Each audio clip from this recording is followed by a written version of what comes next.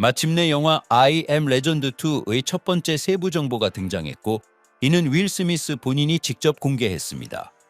오랫동안 기다려온 속편은 이제 미궁 속으로 빠진 채 복잡한 이야기와 불확실한 제작 일정으로 변해버렸습니다. 그러나 주연 배우의 인터뷰 이후 줄거리의 디테일, 대략적인 개봉 시기, 마이클 B. 조던의 역할 등이 알려지게 되었습니다. 그래서 지금 바로 이야기가 어떻게 바뀌었는지, 왜 프리퀄을 포기하게 되어 왔는지, 그리고 가장 중요한 두 번째 편을 언제 기대할 수 있을지 알아보겠습니다. 의심할 여지 없이 I Am Legend는 전설적이고 많은 관객들의 사랑을 받은 작품입니다. 윌 스미스는 사만다와 함께 영화 전체를 이끌었고, 이 영화는 여전히 최고의 포스트 아포칼립스 영화 중 하나로 평가받고 있습니다. 물론 원작에서 많이 벗어나 책의 기본 개념만 차용했지만, 그럼에도 불구하고 제작진은 선전 없는 분위기 있는 영화, 그리고 카리스마 있는 주인공을 만들어내는 데 성공했습니다. 현재 기준으로 보면 이것만으로도 이미 큰 성과라 할 수 있습니다. I Am Legend가 개봉했을 때 즉시 흥행에 성공했습니다. 그 결과 스튜디오는 바로 속편 제작을 추진했습니다. 하지만 속편은 쉽지 않을 것이 분명했는데, 왜냐하면 주인공이 영화 끝에서 죽었고 그 없이 두 번째 편이 같은 성공을 거둘 수 있을지 장담할 수 없었기 때문입니다. 그래서 초반에는 프리퀄을 만들자는 아이디어가 주를 이뤘습니다. 이에 대해서는 최근 팟캐스트에서 윌 스미스가 직접 언급했는데, 그는 각본가 아키바 골즈먼이 처음부터 감염 초기의 날들을 보여주는 아이디어를 염두에 두고 있었다고 밝혔습니다. 대부분의 포스트 아포칼립스 영화에서는 이러한 초기 상황에 집중하는 경우가 많습니다. 왜냐하면 이는 시각적으로도 화려하고 긴장감을 주며 관객들에게 공포를 선사하기 때문입니다. 하지만 I Am Legend는 다른 길을 택했습니다. 우리는 로버트 네빌의 회상을 통해 그가 가족을 구하려 했던 의지만을 알 수 있었고, 그의 가족에게 무슨 일이 일어났는지, 그리고 어떻게 그가 셈을 얻게 되었는지는 보여줬지만, 바이러스의 확산 자체는 영화에서 직접 다뤄지지 않았습니다. 대신 몇 년이 지난 결과만을 영화 속에서 보게 됩니다. 그렇기 때문에 이 프리퀄 아이디어는 꽤 타당하게 들렸고, 윌 스미스와 그의 멋진 셰퍼드도 다시 등장시킬 수 있는 기회를 제공했을 것입니다. 그러나 이 프리퀄은 제작 지옥에 빠져 전혀 진척되지 않았습니다. 가장 큰 걸림돌은 배우들과 제작진의 바쁜 일정이었고, 사실 콘셉트 자체도 원작만큼 흥행할 수 있을지 보장이 없었습니다. 당시에는 프리퀄이 유행도 아니었으니까요. 그래서 이 프로젝트는 무려 15회 동안 보류되었고, 2022년이 되어서야 다시 논의되기 시작했습니다. 윌 스미스는 속편 아이디어의 배후에는 아키바 골즈먼이 있었고, 그가 스튜디오를 설득해 미래의 성공 가능성을 납득시켰다고 말했습니다. 유명한 각본가인 그는 프리퀄 아이디어를 버리고 본격적인 속편을 만드는 쪽을 제안했습니다. 또한 다시 로버트 네빌을 이야기의 중심으로 삼자는 것이었죠. 하지만 대부분의 관객들에게는 이게 어떻게 가능한지 설명이 필요합니다. 왜냐하면 영화관의 90%에서는 명확한 결말을 보여줬기 때문입니다.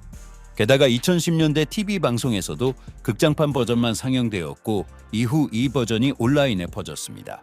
이 결말에서 네빌은 영웅적으로 죽음을 맞이합니다. 하지만 I Am Legend에는 감독판으로 불리는 대안 결말이 존재합니다. 이 버전은 영화가 디지털 형식으로 출시되면서 공개되었고, 원작 소설의 결말에 더 가까워 정식 결말로 간주됩니다.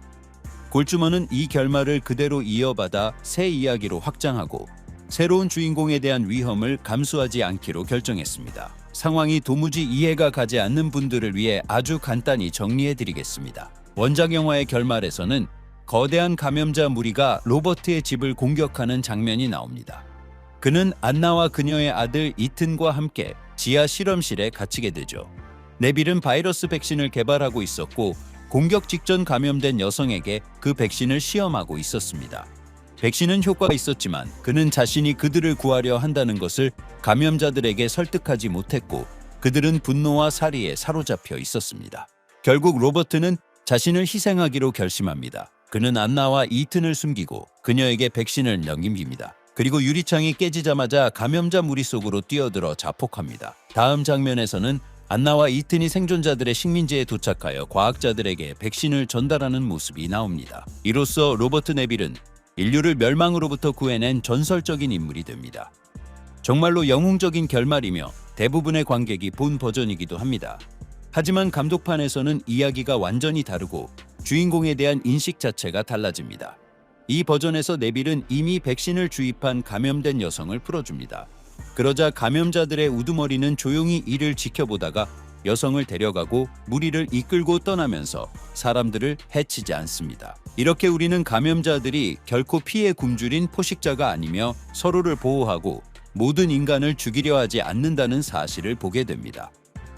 그 후 네빌이 안나와 그녀의 아들과 함께 뉴욕을 떠나 다른 생존자들을 찾아 떠나는 장면이 나오고 영화는 그렇게 끝이 납니다. 이로써 줄거리상 속편을 위한 문이 열리게 됩니다. 이러한 결말 버전은 실제로 리처드 매드슨의 소설 나는 전설이다에 더 가까웠습니다. 50년대 중반에 출간된 이 소설 속의 로버트 네빌은 완전히 다른 인물이었습니다. 그는 쿨한 과학자도 아니고 인류 생존의 마지막 희망도 아니었습니다. 그는 영웅이 아니었으며 외로움과 알코올 중독, 그리고 흡연으로 고통받는 인물이었습니다.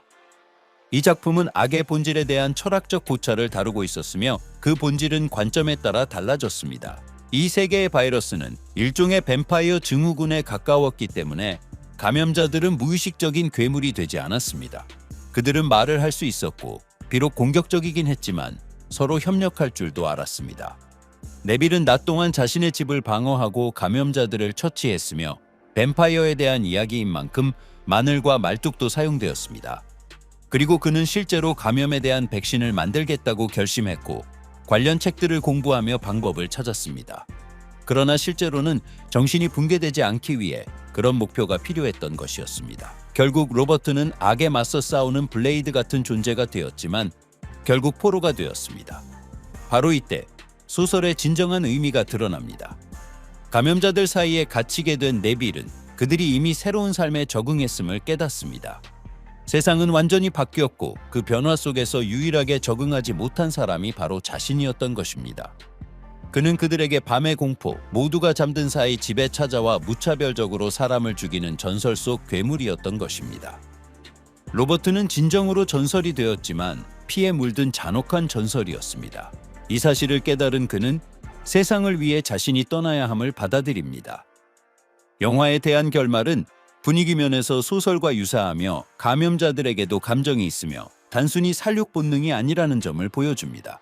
그들은 로버트가 자신들에게 행한 일에 대해 복수하고 있었던 것입니다. 마지막에 그는 이를 깨닫고 감염된 여성을 돌려보내며 살아남습니다. 그래서 골주머는 감독판을 바탕으로 새로운 이야기를 이어가기로 결정한 것입니다. 그리하여 주인공이 이후 어떻게 되는지를 그리려는 것이죠. 알려진 바에 따르면 마이클 B. 조던도 이번 캐스팅에 합류합니다. 그는 주로 킬몽거 역할과 3부작으로 알려져 있습니다. 한동안 조던이 어떤 캐릭터를 맡을지는 밝혀지지 않았습니다. 처음에는 프리퀄이 제작될 것이라는 예측이 있었고 조던이 젊은 시절의 네빌을 그리고 스미스는 미래의 혼돈 속 세계에서 다시 등장할 것이라는 추측이 돌았습니다. 하지만 프리퀄이 무산되면서 두 가지 다른 버전이 주목을 받게 되었습니다. 첫 번째는 조던이 로버트의 아들을 연기한다는 것이었고 나는 전설이다 2의 이야기는 20년이 지난 후를 배경으로 한다는 것이었습니다. 이 기간 동안 주인공은 새로운 가족을 만들었을 수도 있었죠. 두 번째는 조던이 감염자들의 리더가 된다는 것이었고 이들은 그동안 일종의 계급 체계를 구축했다는 설정입니다. 여기서 영화 뱀파이어의 땅, 과의 유사성이 연상될 수 있습니다. 아마 제작진은 그런 비교를 피하고자 새로운 노선을 택했을지도 모릅니다. 스미스의 발언에 따르면 조던은 커네티컷의 한 거주지의 지도자를 연기할 예정입니다. 그는 로버트의 아들도 아니고 감염자의 수장도 아닙니다. 그의 캐릭터는 속편에서 공동체의 지도자로 등장하며 닥터 네빌과의 권력 투쟁 가능성도 점쳐지고 있습니다. 감독판 결말에서 로버트는 감염자들의 공격이 여성 납치 때문이었다는 사실을 깨닫고 그녀를 돌려보냅니다. 그러자 그들은 조용히 떠났죠. 이는 네빌이 감염자의 인간성을 인정했다는 점에서 의미 있는 전환점이 됩니다. 반면 조던의 캐릭터는 이와는 전혀 다른 세계관을 갖고 있습니다. 그는 계속해서 감염자들을 위협으로 여긴 생존자들의 리더였고 그의 인식은 이와 다르게 형성되었을 것입니다. 이 설정이 얼마나 흥미롭게 작용할지는 영화가 개봉된 후에야 알 수 있습니다. 하지만 문제는 이 영화는 아직 제작에 들어가지도 못했다는 것입니다.